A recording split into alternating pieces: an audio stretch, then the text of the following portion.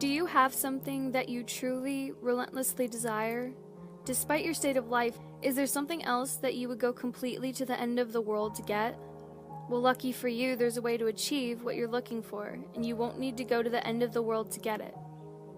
But you will need to go somewhere, and that place may be too out of reach for some. It's not far away, closer than one may believe, but there are requirements that some individuals may not meet. First, whatever it is that you seek, know that you must seriously desire what you want.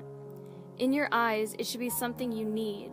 If you begin the journey without the correct state of mind, you will surely fail, as it will be near impossible to turn back once the journey starts.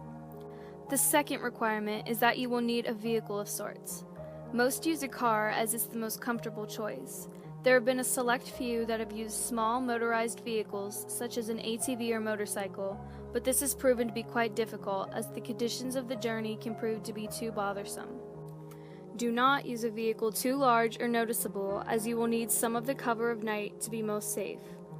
Also, while any sort of car will do, you may not want to choose the most expensive or cherished vehicle. You can take your slick new black Mercedes for the drive if you'd like, but don't expect it to come out in a pristine state. Make sure your vehicle is completely fueled before beginning the drive. The first task to accomplish is to locate the road. It doesn't have a name, it's not on the map, and technically it doesn't even exist. It will only show up if you're looking for it at the right time, and you will only spot it if you know what to look for. Finally, you must be alone during the journey. You didn't think you'd be able to go with a group, did you? It must be night when you begin. Choose the time of night where you believe the roads are the least populated. Drive to any area that is just a stretch of roads surrounded by woods. Here's where you want to start paying close attention. If you're looking for the road, it will turn up eventually, but you need to search for the road's hint in order to pull down the right one. Once you're close, you will see or feel its signs, but what the signs will be will depend on what it is you desire. For example, if you're in search of wealth, you may spot shimmers on the empty branches of trees as if they resemble the shine of gold or diamonds. If you seek love, you may begin to see rose petals slowly dance in the light breeze, blowing in the road's direction. If you seek revenge, you might sense an ever-growing feeling of heat or anger in your body as you approach. Just know what it is you really want, and you'll have no problem finding the turn. Once you're sure you've found the revealed road, take a deep breath and turn onto it. At this point, you have officially started down the nameless road which brings you through 11 miles, leading to whatever it is you seek. Each mile will test your desire and will expose if you really want what you're searching for. Before you go any farther, stop the car and be wary of a few advisements. Do not turn on a radio during the drive. Do not use a phone during the drive. Reception would be cut off anyway. Do not open the windows during the drive. Make sure they are closed before you continue. If you are riding a vehicle without windows or a top, then prepare for the worst, as the odds are heavily against you. Do not attempt to leave your vehicle at any time. You'll never want to exceed 30 miles per hour unless you're desperate to make it through a section of the road. And most importantly, as with any drive, buckle up. Feel free to prepare and make sure you're ready. Once the road has been entered, time has stopped, so you don't need to worry about losing the night. Though you may not notice, you're not actually in your own world anymore. Take one last moment to realize that once the first mile is over, there's no turning back. If you ponder turning back at all, know you shouldn't even be on the journey in the first place. Once all is done, continue on the road. On the first mile, you won't see much change. The road passes through mostly woods, with a few miles being an exception. The air will turn a bit colder, in which you should turn on your heating system if the vehicle has one. You won't want to take your eyes off the road later. Take some time to calm any uneasiness by admiring some of the night sky. You'll see it completely lined with stars, more than what you would ever believe possible. If the weather was cloudy beforehand, you'll also notice that the sky is now clear. On the second mile, the air will become even colder. This is primarily the reason why traveling in an open vehicle is very difficult. With each mile, the air will drop in temperature even if the season should be warm. If the air is too cold to bear, even with the heat on, your only option is to speed up. With each mile, the road also becomes more complex, taking more turns and showing an increasing amount of road hazards. Be sure to always keep focused on the road in front of you in order to avoid as many bumps or obstacles as possible. Hitting a few rocks and potholes won't hamper your progress too much, but you'll want to keep in the best condition for as long as possible. If your vehicle is forced to a stop because of damage, then there's nothing left you can do but eventually freeze to death. On the 3rd mile, you may begin to spot silhouettes of human figures in the linings of trees. Pay no attention to them, even if they seem to get closer. It will be hard to resist peeking at their unnerving, distant appearance, but know that they will reveal themselves later. At this mile, the road will become dirt if you weren't driving on it in the beginning. Keep to the center of the path as it will become narrow and wide at random intervals. On a quick side note, if you should ever attempt to turn around, despite the previous warnings, you'll be left on a path which never ends. You would simply run out of fuel eventually and be left to freeze in the cold conditions. On the 4th mile, you will not only see more of the figures, but you will begin to, in a sense, hear them.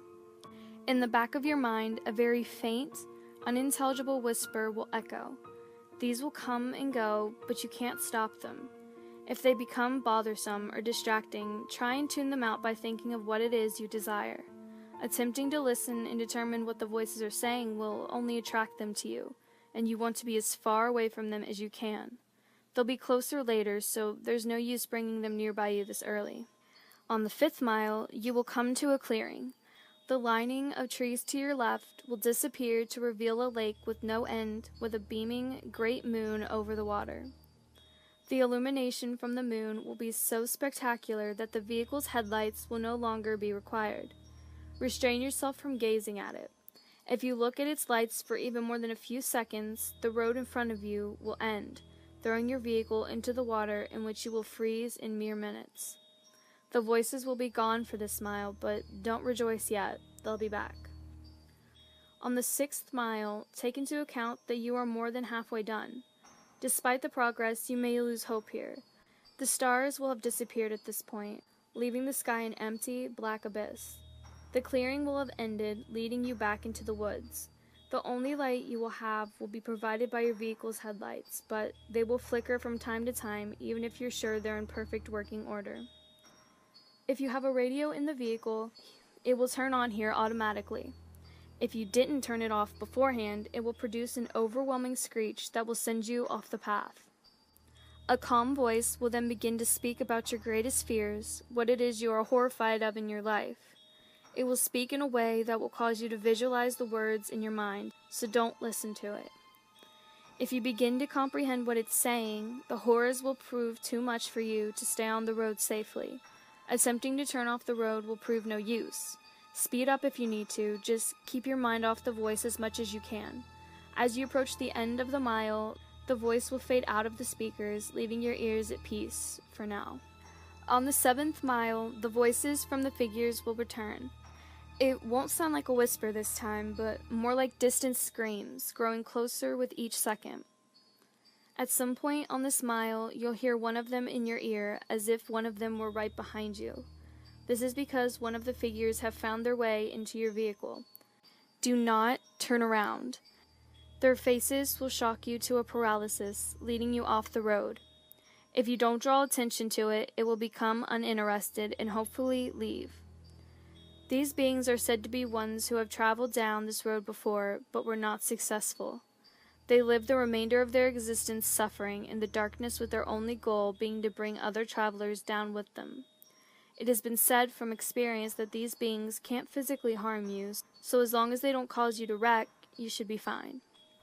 On the 8th mile, slow down if you're going too fast. The road here takes very sharp turns, which, if overshot, will throw the vehicle into a pit through the trees. The cold is near fatal here.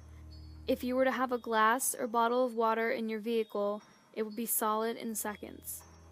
The heating system will have become completely obsolete. Your headlights will flicker more, sometimes shutting off for a few seconds. You should brake if this happens, but do not completely stop. The figures will be following you at this point, and should you stop for too long, they will surround and trap your vehicle. More of their screams can be heard from outside your doors, sometimes even sounding of maniacal laughter. Their hands will claw at your windows, desperate to reach in and feel something living. Do not look at them. They won't block your windshield, and the last thing you want to happen is to crash and be trapped with them. If you don't make it from here, pray that it's the freezing that ends you. On the 9th mile, your vehicle will stall. The headlights will shut off, as will all other systems inside. There's nothing you can do to prevent this. What you will need to do is close your eyes and immediately attempt to restart the vehicle. Keep your eyes closed, as the figures would have surely surrounded you at this point. The starting of the vehicle will frighten them, and they will all back away temporarily. This will give you a chance to start moving forward again. If you begin to hear the windows crack from their struggle, don't lose focus. The beings can alter the vehicle, but remember that they still do not have the strength to physically attack you. You will hear nothing but their voices rampage in your mind, as there could be anywhere between a dozen or 100 after you. Once you start the vehicle, floor it. Floor it so long as you can stay on the path. When the mile's done, the beings will retreat. On the 10th mile, the voices of the beings will stop. If you were to look in your rearview mirror, do not actually do this, you will see them following you, but not as if they were chasing. They're watching you, as if they're seeing you off. As you go down the 10th mile, the road will be smoother, as if you were back on the 1st mile. The figures will be lining the sides of the path ahead of you. They won't be after you, but they will watch you as you pass. Some have theorized that the beings are impressed here, that you have come a long way on the journey to what you desire. This is false. They are not impressed, but they are happy. They are happy you are about to approach the next mile. They are happy because you are most likely going to your death. On the 11th and final mile, everything in your vehicle will lose power as it did on the 9th mile.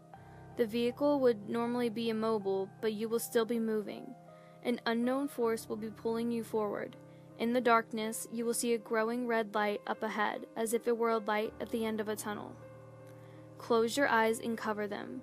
Do whatever it takes to make sure you do not see what you are about to go through. Covering your ears would also be helpful, but keeping your eyes covered should be a higher priority. The red light is another clearing, but there's no moon or lake this time. Once it's entered, unrelenting and inconceivable voices will sound from all directions. No amount of bravery and conditioning will spare you from these voices. The cold will turn to a merciless heat, burning all parts of the vehicle. You will feel the illusion of the flesh being burned off your bones, that every part of you is being destroyed as you travel through screams and audible suffering. As long as you keep your eyes closed and resist the urge to see where you are, you will survive through the suffering. This will last a total of 31 seconds, but many fail to keep their vision closed during the time and are left to the worst fate of the road. Where is this mile located? Those who have survived do not know. Some have named it the transmission from hell, but whether it's part of hell is debatable. After the final mile, power will return. Stop the vehicle.